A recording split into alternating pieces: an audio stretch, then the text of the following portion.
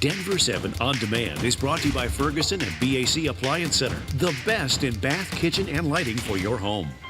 I'm Brian Sanders. And I'm Molly Hendrickson. Here is the latest from Denver 7. We do have new details on yesterday's fiery, fatal crash along I-70 yesterday afternoon. Denver 7's Nicole Brady was at a police press conference at 7 o'clock this morning, and we've learned the driver of the semi, Nicole, at the center of the crash will face charges.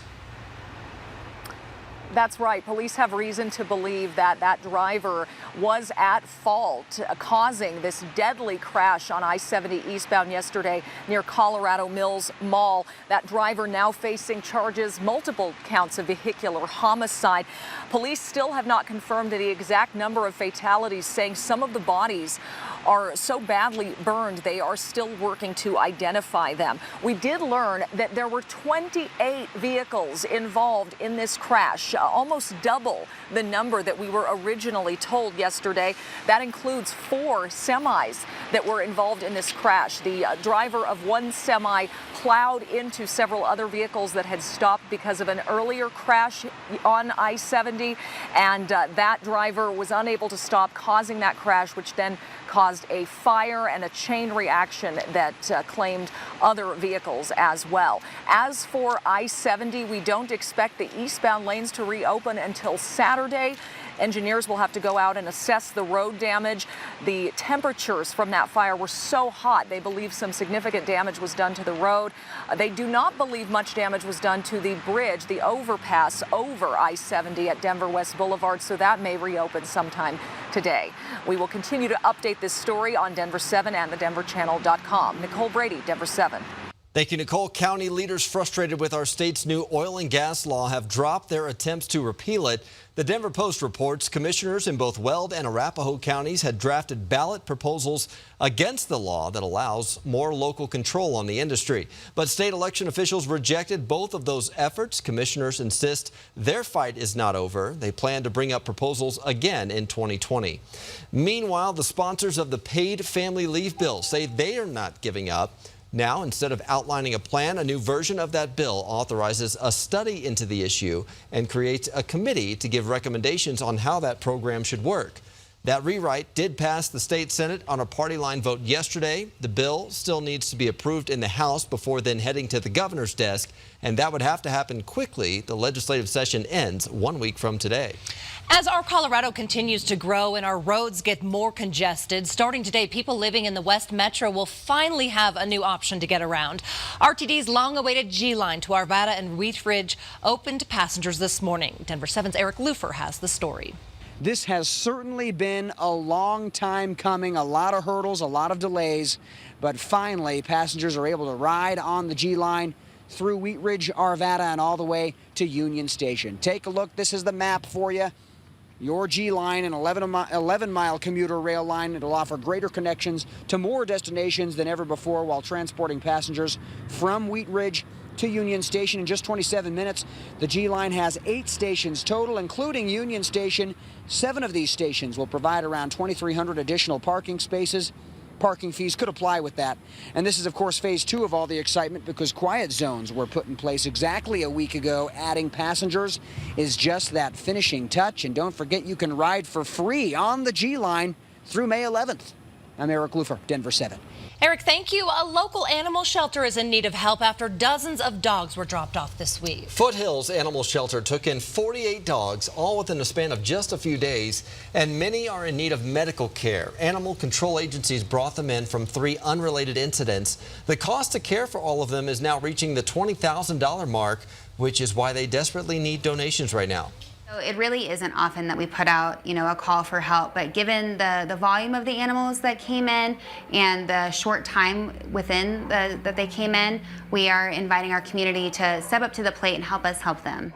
So if you're interested in donating or adopting, we've put a link on how to do so at thedenverchannel.com. Today, students across the country will recognize the annual Day Without Hate in their communities. That day was created by students at Jefferson County schools after the Virginia Tech shooting back in 2007. So the goal of the Day Without Hate is to encourage young people to spread kindness in their communities. It can be as simple as writing a thoughtful note, sitting with someone new at lunch, or giving a high five. There's a rally tonight at Dakota Ridge High School in Littleton from 6 to 8 p.m. And now let's get a check of our forecast. Lisa, how's the weekend shaping up? Well, we're ending the week on a high note. It's beautiful. We're looking at a mostly sunny sky this morning. We will see a few thunderstorms develop this afternoon.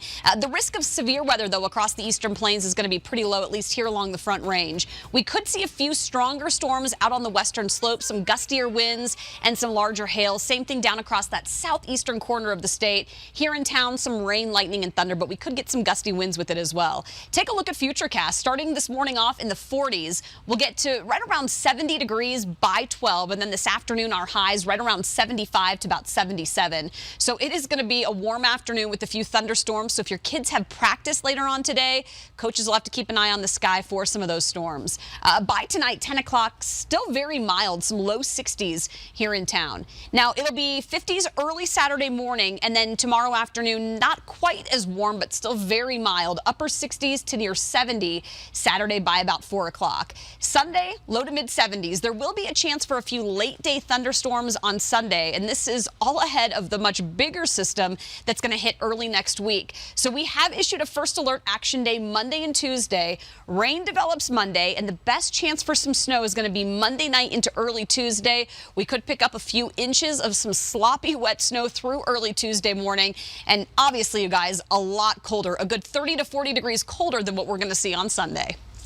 Denver 7 is committed to exploring the growth that we're all experiencing in our Colorado. Just about all of us will pass some type of construction project on our drive into work. And oftentimes we ask, what's that? So Denver 7 wants to answer the questions you have about the changes in our state. Our first viewer email brought Denver 7's Micah Smith to a large new development just off I-225 near Colfax in Aurora. If you've driven around the Denver Metro lately, you've probably noticed a huge vacant lot like this one on Colfax and asked yourself, what's that? Well, we're working on finding out the answers for you. Earlier this week, we asked you to email us if you saw something interesting. We received our very first email about this place where I'm standing. Judy N. emailed us saying, I'm trying to find out what's being built on the south side of Colfax and Chambers, between Chambers and Sable, next to where the old Kmart used to be.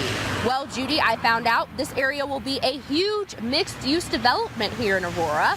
There will be an extended stay hotel, restaurant, stores, and townhomes. Because this property is so close to the VA hospital, the townhomes were initially supposed to be housing for veterans, but the developer was unable to get the tax credits to make this affordable housing. So now the townhomes will be open to everyone. I sat down with the lead developer on this project, North Star Commercial Partners, who says this development has been in the works since 2016. We spent a couple of years getting it entitled, getting the construction drawings done, and we started the infrastructure in August of 2018. And it should be done September of 2019. That's why you're seeing the activity out there now. If you notice any other new projects on your drive into work or on the way home, go ahead and email us at ourco@thedenverchannel.com and ask, what's that? We'll be taking your questions every week and trying to find those answers for you. Reporting in Aurora, Micah Smith, Denver 7. Thanks, Micah. The Broncos have an extra pick in tonight's second round of the NFL draft thanks to a trade with the Steelers in the first round. That's right. The Broncos sent their 10th pick to Pittsburgh in exchange for the 20th and 52nd picks in this year's draft, also a third rounder next year. So with the 20th pick, the Broncos picked tight end Noah Fant out of Iowa. We caught up with him right after his name was announced, and he says he's looking forward to building chemistry with new Broncos quarterback Joe Flacco. Joe Flacco is, a great quarterback, a Super Bowl quarterback, NFL legend. So I can't wait to get to work and, hopefully catch a lot of passes from him. In fact, Fant caught 39 passes for 519 yards and 7 touchdowns last season while sharing the field with fellow Iowa Hawkeye first-round pick TJ Hawkinson. He is expected to contribute right away, too, and be the top tight end for the Broncos next season. And remember, Denver 7 is your broadcast home for the NFL Draft. You can see the second and third rounds right here on Denver 7 starting at 5 tonight. The 4th through 7th rounds begin tomorrow at 10 in the morning. And if you cut the cord, you can always find coverage of the draft live on the ABC app. Also, after the day's draft coverage ends, stick around for Denver 7's draft special with Lionel Bienvenu and Troy Rink analyzing the Broncos picks. And then Jason Grinauer is live in Nashville with reaction. Meanwhile, the Nuggets' playoff future comes down to a Game 7 tomorrow night at the Pepsi Center against the San Antonio Spurs. The Nuggets fell to the Spurs 120-103 in San Antonio last night. If the Nuggets win tomorrow night's game, they will host the Portland Trail Blazers in the second round. And tonight, the Avalanche head to San Jose to take on the Sharks in the second round of the NHL playoffs. The Avs are riding some big momentum right now after beating the top-seeded Calgary Flames 4-1 in round 1.